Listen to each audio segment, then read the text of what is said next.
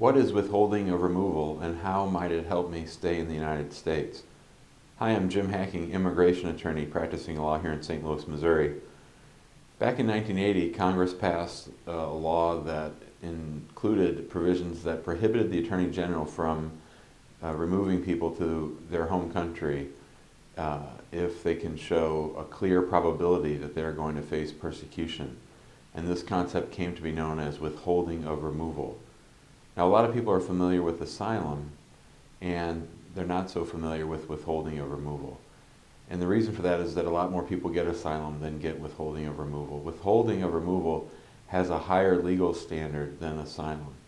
And it basically prohibits the Attorney General, the Department of Homeland Security, from deporting people back to their home country if they can show they have a clear probability of facing persecution for the types of reasons that we see in asylum: race, national origin, political views, those kinds of things.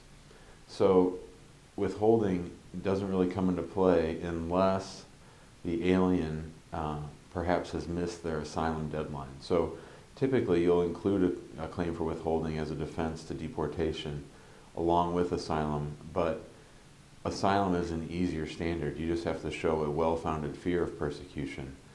In withholding, you have to demonstrate to the immigration judge that there's a clear probability of persecution, and that's a harder standard. Think of withholding this way.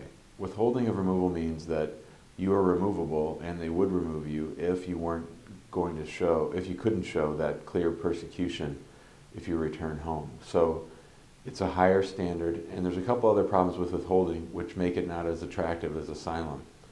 One is that withholding does not provide you with a basis to adjust status to that of lawful permanent residence. In asylum, you can get your green card, you can become an LPR, but there's no such provision in withholding. It's really just, hey, you're going to get to stay in the country, and we're not going to deport you, but that's it. That's all we're going to do for you. We're not going to give you a path to citizenship or any other benefits. The other problem with withholding is that the person seeking withholding or who receives withholding does not get to bestow any derivative benefits on anyone else. Now, what does that mean?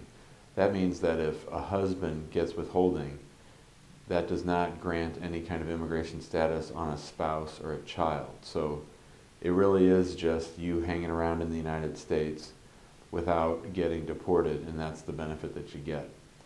So you always want to make that 1-year asylum deadline so that you're not relying solely on withholding. Many of the arguments you'd make in support of asylum would also go to withholding, but because it's a lower standard, asylum is again more attractive.